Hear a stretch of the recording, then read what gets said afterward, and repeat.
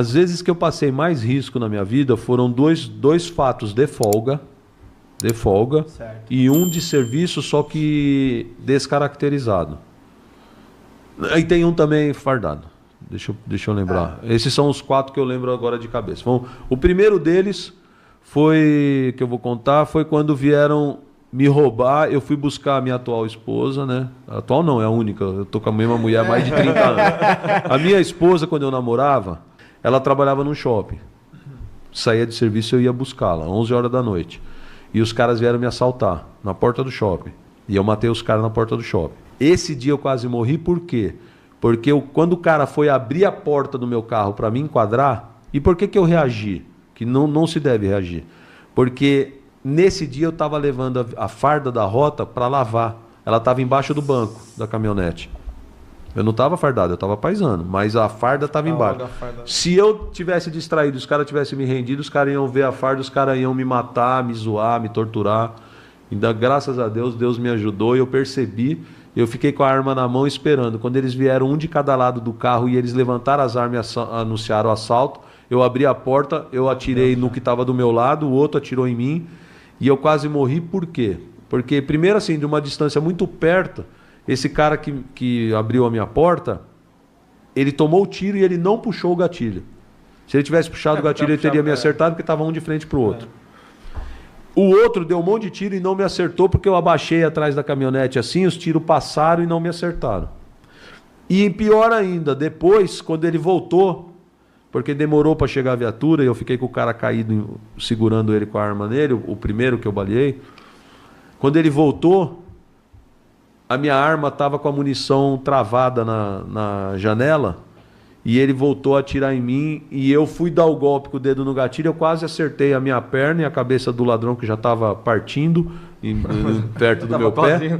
Foi o último sussurro da vida dele. Ele fez assim: "Ô, senhor, não precisa atirar mais não". Eu falei: "Foi sem querer, pô, foi acidental, pô". Aí eu levantei e aí eu sentei o pau, foi aí que eu baleei o outro também. Bom, aí, então esse dia eu quase fui pro saco, eu estava sozinho, e 2 caras armados, eu não sei como é que não conseguiram me balear. Esse dia foi bem complicado na minha vida. O segundo dia complicado na minha vida foi um domingo na minha casa, cara, lá na rua Roso Lagoa, na Zona Norte de São Paulo. Tinha uma casa muito grande na frente da minha. A minha casa era mais simples, minha mãe professora e meu pai corretor de imóveis. Mas na frente tinha uma casa bacana de um dono de uma gráfica. E eles vieram sequestrar a filha dele, que era pequenininha. Olha só que interessante, cara. Eu tinha acabado de comer uma macarronada, mano. Eu tava de bermuda, descalço, sem camisa, deitado, igual o urso da montanha na sala. Só que eu parava meu carro na garagem do vizinho, porque minha mãe tinha carro, meu pai tinha carro e eu tinha carro. Só tinha 2 vagas. Sim. Então eu parava no vizinho. O meu vizinho tocou a campainha e gritou lá: "Fábio, tira o carro que eu vou sair". Eu desci. Entrei no meu carro, eu tinha um Tempra. Quando eu fiz a volta na minha casa para entrar no vizinho, eu já vi os 2 demônios vindo. E era um domingão de sol e os caras estavam com aquelas jaqueta racing de moto. Você é rota, mano. Quando você tá no patrulho, você fica ligado em tudo, cara. Você fica com a sua... Sei lá, mano. Parece que você fica que nem a mosca com tanto olho assim, ó. Eu olhei e falei: puta, os caras estranhos, mano. Eu entrei... Catei eu trabalhava com um 357 na rota. Eu catei um revólver que estava no Tempra e eu liguei para dar ré, só que eu fiquei olhando no retrovisor. Eles passaram. A hora que eles passaram, eu escutei minha vizinha gritar. Ela tinha uma L200. Quando eu saí do Tempra assim, ó, que eu fui olhar, um tava dando coronhada na cabeça dela, com a porta aberta, ela grudada no volante, e o outro já tinha dado a volta e tinha entrado com a criança no banco de trás. Ixi. Ah, mano, eu tava descalço de bermuda, eu já catei, comecei, pau, pau, eu fui dando, mano. O que tava no banco de trás, ele abriu a porta, ele subiu no estribo da L200, enquadrou assim no capô e começou, pau, pau, pau, e o que tava com a mulher virou de frente e começou a dar em mim. Eu fui indo pra trás, cara, eu tomei um tiro de raspão no pé, e me joguei no negócio de água da minha casa. E fui atirando, mas, cara, o tiro foi tão maldado, que eu cheguei... um dos disparos que eu dei pegou no negócio da net e caiu a TV a cabo das casas. Uma outra vizinha desgracenta veio brigar com a minha mãe. Eu quase morri, velho. Bom, mas o que aconteceu? Nessa hora que a gente tava trocando tiro, eu inclusive, hoje, eu ainda tô no combate com a minha esposa, por Deus, porque um dos disparos, eles estavam de 9. E eu vou dizer o porquê que eu sei que eles estavam de 9. Um dos tiros de 9 veio na minha direção, eu agachado, pegou na chapa do portão, que se não tivesse aquela chapa, tinha pego bem no meu... Nossa. Bem naquelas áreas. E a reta, depois que eu vi o tiro, assim, eu ia pegar bem nas minhas partes baixas. E aí, cara, a gente ficou trocando tiro, acabou minha munição. Meu irmão se jogou na arinha de casa e minha mãe que estava lavando roupa no fundo achou que era bombinha. Quando acabou minha munição, os vagabundos, Deus me ajudando de novo, podia ter vindo e me conferido ali. Não, eles entraram na caminhonete. Por que eles entraram na caminhonete? Porque o dono da casa, o meu vizinho, ele tinha uma PT Bersa. Ele abriu a porta da garagem. Os caras estavam de costa pra ele atirando em mim. Começou a dar nos caras. Ele deu pá, e correu pra dentro. Ele errou. Só que os caras ouviram. Tem mais gente. Quando os caras ouviram, os caras deram aquela... Pô, tá vindo mais tiro. Foi a hora que a minha vizinha catou a menina no carro e saiu correndo. Putz. Ela tava toda ensanguentada. Saiu correndo. Eles embarcaram na caminhonete e saíram a milhão. Só que um tiro que eu dei estourou o pneu da frente. E o outro tiro que eu dei, olha só a sorte também do vagabundo, passou embaixo do banco.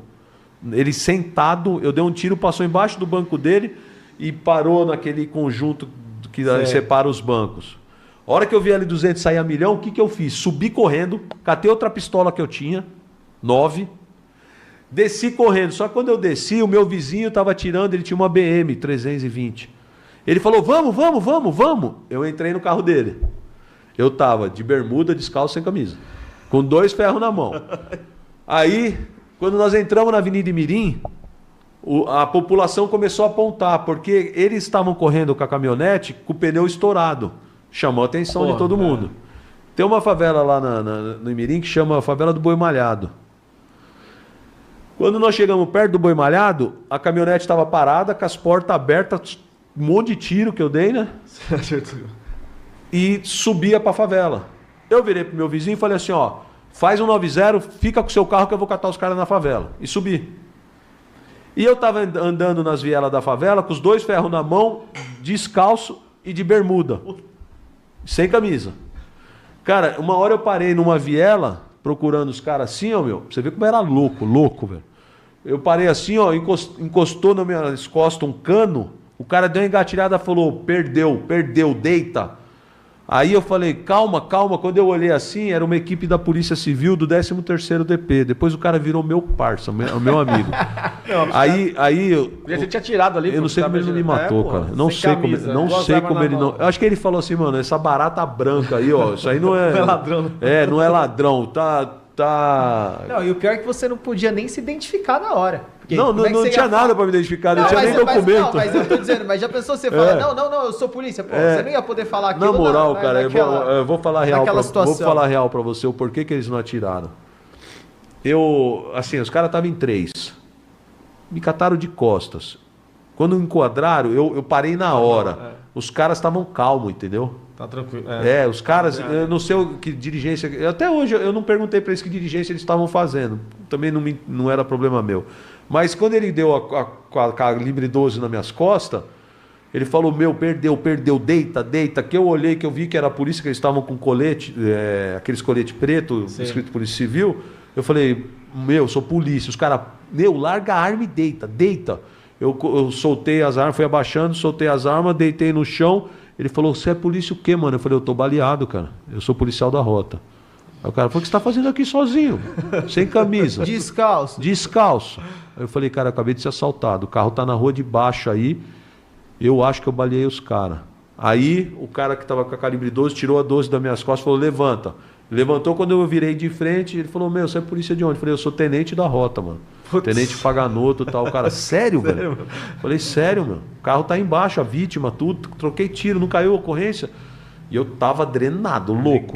Aí os caras falaram, meu, você é doido, velho? Você tá sozinho aqui dentro da comunidade?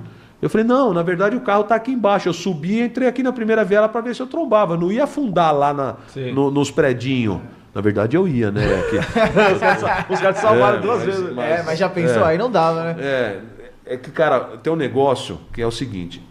Quando você tá numa ocorrência de nível altíssimo de estresse e de adrenalina, você precisa ter alguém do teu lado para falar, calma, vem cá, para. Porque senão você cega, foca. Né? Então, pô, aí... Até querer... Você já viu o pitbull quando você provoca? Vai, ele não para. Ele não para. Mas aí aquele caso, só um parênteses para você terminar, vai surgir o Soares interrompendo, do policial que entrou na favela lá, juntou o cara deu tiro no pescoço dele sozinho. Você fala, pô... Você cega. Por isso que é bom você trabalhar em equipe. Porque quando você está em equipe, o nível, às vezes... Um tá mais tranquilo, o cara fala, meu, calma, volta. Eu tenho uma ocorrência na Zona Sul, que depois eu conto que também é essa, que eu quase morri, que eu vou falar. Quem me brecou foi o estagiário. Ele que ô chefe, volta. Eu já falo dela. Aí essa daí da favela, os caras me colocaram na viatura da Polícia Civil, me levaram para casa. Primeiro nós passamos na avenida. Na avenida, quando nós chegamos, já tinha uma viatura da PM com o dono do carro. Os caras falaram, e aí? Eu falei assim, ó, eu vou passar em casa, vou botar um tênis, botar uma camiseta, pegar meu documento e encontro vocês no DP. E essa viatura ficou preservando, veio outra viatura, levou o dono do carro para o 38 DP e depois eu encontrei com eles lá. Beleza. Então essa também eu quase fui pro saco, porque eu tomei um tiro de raspão no pé. Foi pouquinha coisa, só um farelo. Podia ter morrido pela própria polícia, né?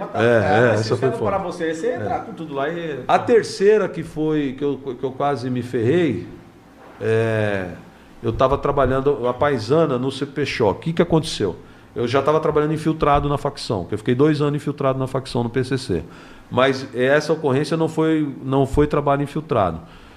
Eu estava entrando no quartel, voltando de coisas da época da infiltração. E um policial chamado... Deixa eu ver se eu não... Ou é Trindade ou é Batista. É que ele já morreu. Ele estava fazendo a guarda do comando do CP Choque. Quando nós já entramos com a Paraty, nós 4, ele pegou e falou assim, ô chefe, preciso falar com o senhor. Eu parei, falei, fala. Ele falou, ó, eu estou fazendo o bico de linha branca. Geladeira, fogão, essas porra da Marabras. Eu estou entregando lá no Elba. Toda vez que eu vou entregar, tem bloqueio dos ladrão armado, de metralhador e calibre 12.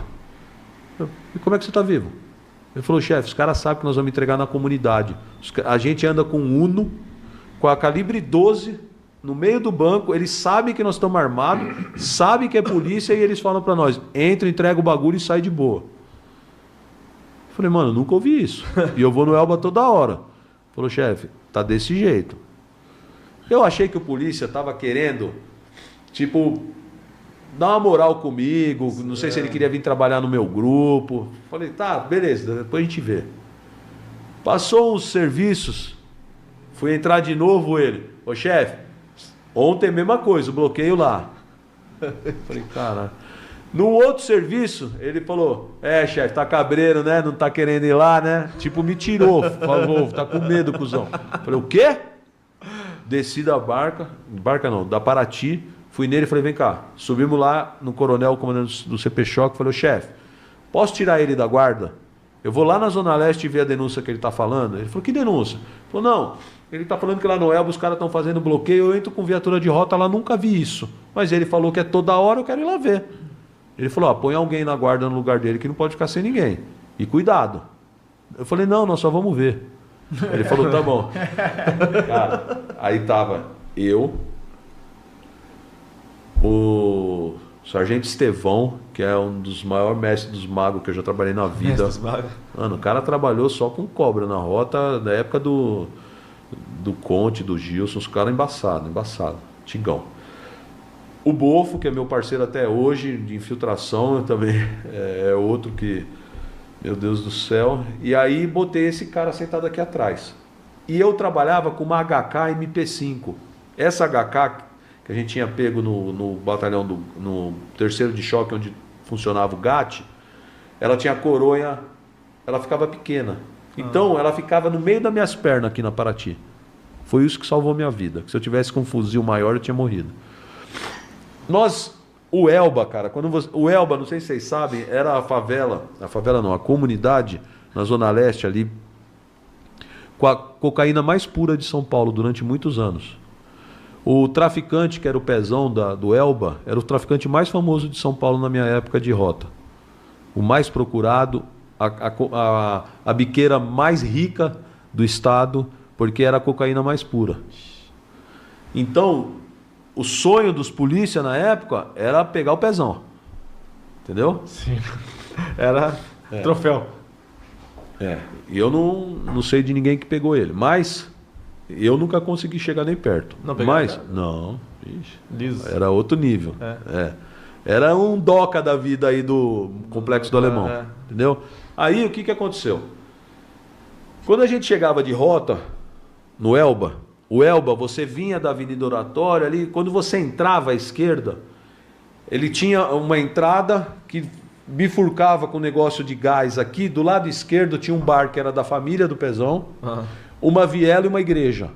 E depois você andava tipo uns 600 metros até a entrada da favela, que era a rua sem saída. Então, como funcionava para as viaturas combaterem o tráfico ali? Você pegava alguns flagrantes de tráfico na viela da igreja, porque era logo na entrada. Então, se você entrasse e o olheiro vacilasse, você, na correria, você pegava o cara ali. Só que ali o cara ia estar com 100 papel, tava tudo 100 pinos. Onde os boy, as minas, pegavam a droga mesmo, a maior quantidade, no drive-thru que a gente falava, que era no final da rua, na entrada da favela, onde os caras estavam armados, tudo. Pronto, Então, quando a gente chegava com viatura, a gente já via lá no drive-thru, no fundo, a correria. Era muito difícil pegar. Pegar os caras. Muito difícil pegar. Quando eu fui fazer essa verificação com esse menino, com Trindade ou Batista, não lembro exato o nome dele, ele morreu no latrocínio. Quando eu fui fazer com ele, eu nunca tinha trabalhado com ele. Ele era um cara da guarda. Não tinha nem intimidade, era um policial que eu via no batalhão. E aí, chefe, beleza? Beleza. Só isso. Eu virei para a minha equipe e falei assim, já que nós estamos com o carro descaracterizado, e eu estou com a HK, vamos entrar direto pro tru. Não vamos parar na pequena. Só vamos olhar, né? Só vamos olhar. Falei, vamos direto pro drive. Vamos pro drive. Eu só entrava de rotona, barcona, fardado. Falei, vamos aproveitar que nós estamos paisando, mano, com o carro descaracterizado, vamos lá no drive. Quero ver se eles estão fazendo bloqueio lá. Aqui, mano, a gente tomou uma invertida. Porque quando eu entrei, na entrada, já perto da viela, onde era o negócio do gás, os caras estavam com bloqueio montado ali, do jeito que ele falou. O ladrão tava com uma Beretta 9 no meio da rua, o outro com uma 12 e os moleques com umas quadradas, pistola 40.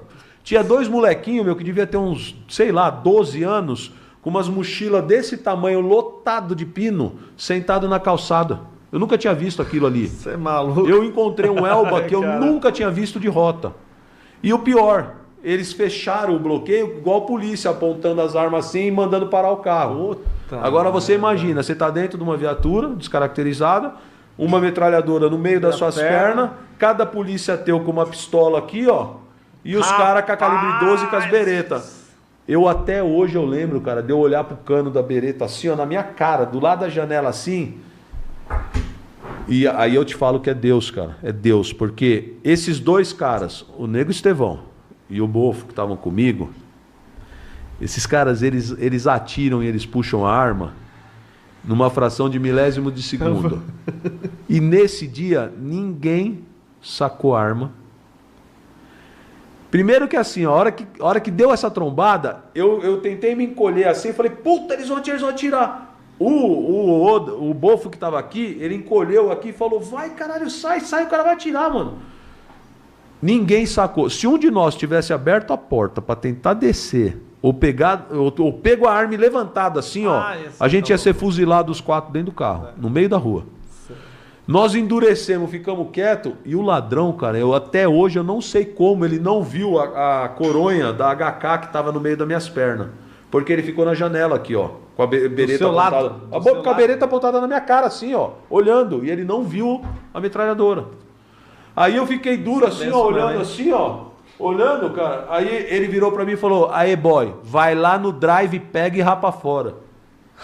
Opa, eu fiz assim, vou sair vivo. Não, eu fiz assim com a cabeça. Caramba, mano, que situação. Nós andamos mais, juro, cara, juro pelo meu filho.